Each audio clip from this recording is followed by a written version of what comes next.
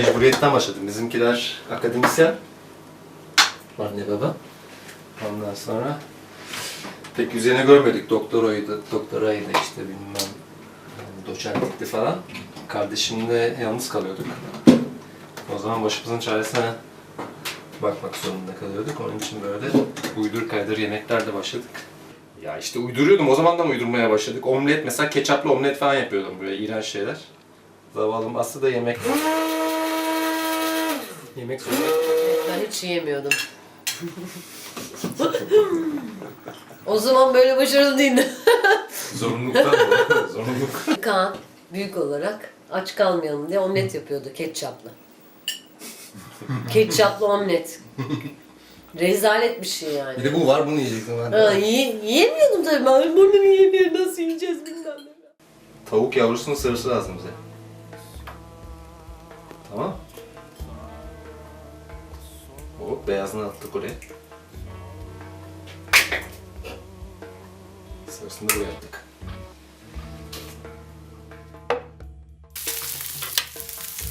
Çevirelim. Bak beyazlar gelmeye başladı. Buralar oluyor. Hop. Çok az, gördün mü?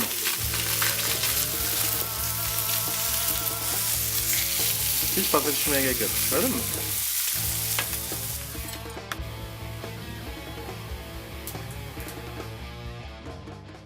Sence bir yemeği iyi yapan şey ne? El. Elin dokunuşu çok önemli. El yemeğe değmeli. Bir de tabii severek yapmak çok önemli. Yani duygu çok önemli. Gerçekten de severek yapılan yemek güzel olur. Severek yapılmayan yemek hiçbir açımızda olmaz. Ne yap? Aynı oranları kullansam da böyle bir şey var gerçekten. Yani ben bunu bilmiyorum. Yemeğin içindeki dominant tatlardır. Mesela? Yani Sarımsak, bu evde sarımsak. ne kadar baskınsa o yemeğin ana unsurlarını o oluşturur. Bir yemeği iyi yapan şey bence ağızda bıraktığı tat. Yani daha sonrasında mesela anımsayabileceğim bir tat. Birinin yaptığı yemek işte bir sene sonra bile konuşuluyorsa, vay işte Kaan da o gün bir yemek yaptı, ne acayip, şu çok güzel değil miydi falan diye konuşuyorsa demek ki o yemek iyi. Sürecin sonunda oluşan bir şey. Yani atıyorum işte hani bir et yemeği, kasaptan eti alıyorsun çiğ şekilde. İşte çeşitli başka bileşenler oluyor. İşte sebzesini alıyorsun, baharatlarını alıyorsun. Ve hepsini senin tanıman lazım. Hepsinin tadının nasıl olması gerektiği hakkında bir görgünün olması lazım. Yani herkes makarna yapıyor, herkes salata yapıyor. Bazılarının ne güzel salata yapmış diyorsun. Baktığın zaman içinde domates, salatalık vesaire var. Herkesin koyduğu şey. Niye onunki iyi oluyor acaba? Bu da yapılırken katılan bazı şeyler. İşte bazı ruhani arkadaşlar sevgi diyor buna. Bazısı daha maddesel düşünenler işte sos diyor, bir şey diyor. Elinde yiyecek. Elinde yiyor, işte bilmem ne.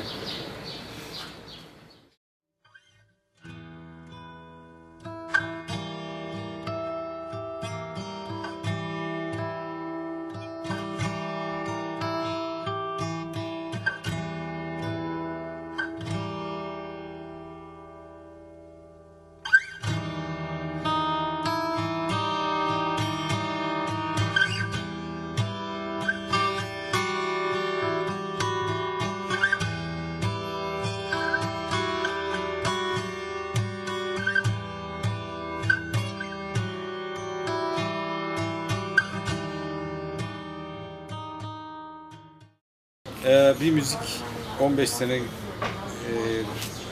aradan geçtikten sonra hala dinleniyorsa hani iyi müzik tanımlaması çok son derece basit bir tanımlamayla girebilir. Hani mesela bir yerde bir yemek yersiniz ve size bir şeyler anımsatır yani. İşte rock müzikte de bir dinlediğiniz bir müzik ya da sadece duymuş olduğunuz bir gitar riff'i bir şey size birçok şey anımsatabilir. Geçmişten özellikle. Herkesin belli materyalleri var içinde, belli bir birikimi, düşünceleri, fikirleri ve de bir yeteneği var. Hani bunların hepsinin bir harmanı aslında iyi müzik de bundan çıkıyor. Yani çok pratik yöntemler var müziğin yapılması için. İşte bizim fast food analojisini kullanıyoruz onlar için. Yani stüdyoda 1 saatte yapılan hit şarkılar var ama bir şarkı 3 gün belki işte en iyi 10 listesinde kalıyor, sonra unutuluyor. Şimdi yaygın olarak Türkiye'de yapılan rock müziği ya da bizi rock müziği olarak sunulan şeyi yemeğe benzetecek olursak tamamen fast food'a benziyor. Şey de böyle yani mesela Berlin'e gidiyorsun, New York'a gidiyorsun, aynı şeyi yiyorsun fast food'da. Yani yaygın olan müzik de öyle bir şey. Bir müziği iyi yapan şeyden ziyade bir müziği farklı yapan şey nedir diye cevaplayabilirim. Çünkü sadece Kaan abinin söylediği gibi yani rock müzikte değil de dünyadaki bütün müzikler fast food gibi şu anda. Yani sadece anlık yapılıp tüketilen.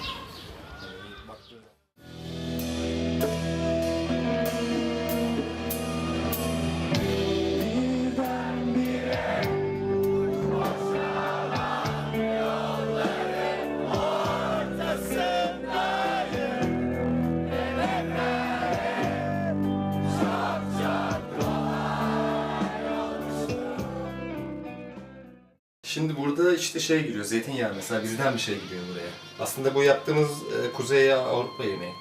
Yani somon zaten oranın balığı ama bizim kullanacağımız somon bizim Karadeniz'in somonu.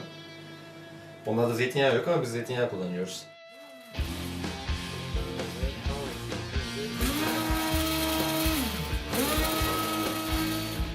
Deneysel her zaman. Elma falan atıyor, ayva falan atıyor. Ha bir kere de Sevda bir kere de nohut yaptım dedi. Ay ben bir şey böyle iştahla geldim. Ay nohut ne güzel falan koydum falan. Tatlı.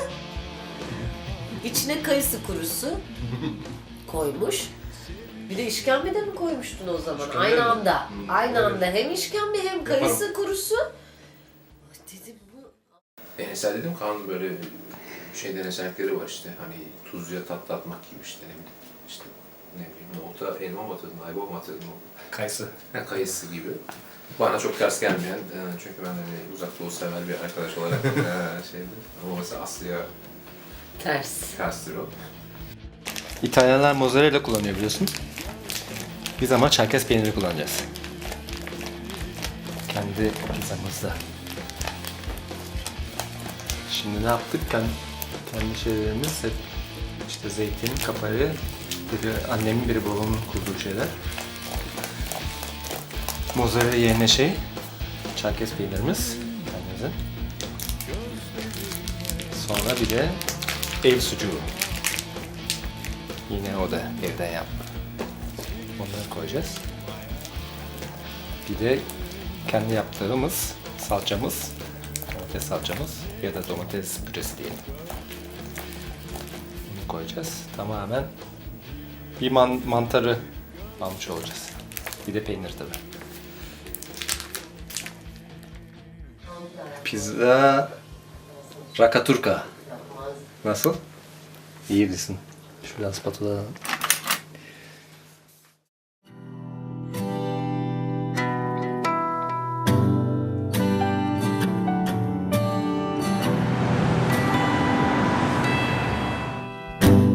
Al beni, al beni, al beni, al beni, götür uzaklara. Mesela şövalyeler neyle korur? Kalkanları vardır, korurlar. İşte yani bellidir o, gösterir kalkanları vardır. Böyle bu şekilde korumalar vardır kendi. Ama mesela kaplumbağaların yaptığı koruma çok ilginç. Sadece kafalarını ve kollarını ve bacaklarını içeri çekip korumalarını yapıyor. Yani zaten üzerine taşıdıkları bir koruma var onlarda. Bizim karapaksa öyle bir şey. Yani biz göstere bir şeyi de belirtmiyoruz. Saldırganlaşmıyoruz. Göstere de birbirimizi korumuyoruz yani kalkanlarla falan. Bizim zaten var olan bir yapımız içinde geriye çekiliyoruz. Karapaksa'nın anlamı da bu zaten. Yani Tosbağalardan aldığımız bu ismin anlamı da bu. Zaten doğal yapımızda var olan bir şey. Biz hiçbir şey direkt olarak, dogmatik olarak söylemiyoruz. Ve öyle de korunmuyoruz. Aslında doğamızda var olan bir şey. Bizim müziğimiz de böyle bir şey yani. Şöyle bir hale gelindi. Hani televizyon ne verilirse o alınıyor karşı taraftan. Yani ne verse o insanların aklında yer ediyor ve tabii normal olarak da hani yaptığımız müzik işte ah canım işte ne yaptın ağladık kalktık işte vay sevgilim gitti şöyle oldu olmadığı için tabii ağır geliyor insanlara. Yani biraz ağır geldiğini düşünüyorum. Karapax öncelikle bir performans grubu. Ve ben Karapax'ın performans anlamında Türkiye standartlarının çok üstünde bir yerde olduğunu düşünüyorum. İnternet ortamında yorumlara bakarsanız. Herkes şarkıların ne kadar anlamlı ya da onların ne taraflarına dokunduğundan ziyade ya da çok güzel şarkıymış ya'dan ziyade bu adamlar ne yapıyor ya? Yani nasıl hissederek çalıyorlar, nasıl gerektiği yerde. Çünkü bir yandan da müziğimizde inanılmaz bir matematik var. Yani progresif yanı inanılmaz güçlü olan bir müzik. Bunu da sahnede çok fazla prova edilmiş bir şekilde gösterdiğimizde gerçekten yani ben o zaman size şöyle bir soru sorayım. Kaç tane grup sayabilirsiniz bana performansıyla övünen ya da performansıyla anılan? Süper.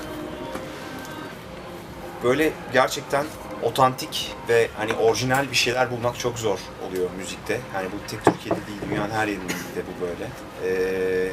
Karapax'ın müziği o açıdan beni de çok çarptı. Yani ve özellikle bunu beraber çalarken anladım. Yani ve şeyi fark ettim. Yani ben bile artık sabırsız olmuşum. Yani dinlerken, müzik dinlerken hani Kaan abinin de ifade ettiği gibi bunu bir görev olarak görmeyi unutmuşum. Yani beni çarpmasını bekliyorum. Müziğin onun yapmasını, bana gelmesini bekliyorum ama yanlış. Yani Karapax'ta provalardayken veya sahnedeyken bunu fark ettim. Yani hakikaten müziğin özüne inmek için sabırlı olmak gerekiyor. Karapax başarısız. Ne yerde başarısız? 9-10 yaşındaki kızları sahne önünde zıplatmakta başarısız. Ciklet reklamlarında jingle olmakta başarısız. İşte daha dün distortion'lu müzik dinlemeye başlayıp ben rockçıyım diyen insanların iPhone'larına, iPad'lerine girmekte başarısız ve bu başarısızlıkla övünüyor biraz.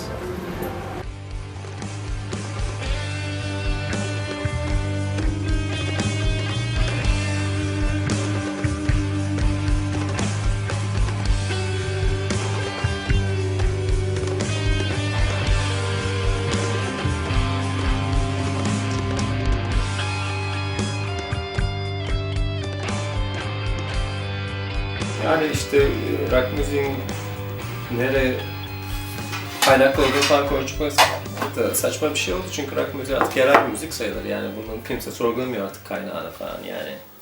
Uluslararası ve aynı zamanda yerel olan tek kültür. Belki de dünyada. Türklerin yaptığı pizza değil mi yani? Lahmacun diyorlar ona yapmıştı.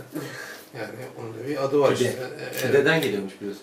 Evet, doğru. Öyledir. Herkesin Türk olduğu gibi dünyada pizzanın da pideden geldiği için. Aynen doğrudur yani bu arada. Evet. Ama şey dedin ya işte sazın önemi yok. Herhangi bir saz olabilir. Hani ama rock yapabilirsin yani. Çaldığın sazın bir önemi yok. O da gitar olabilir. Evet.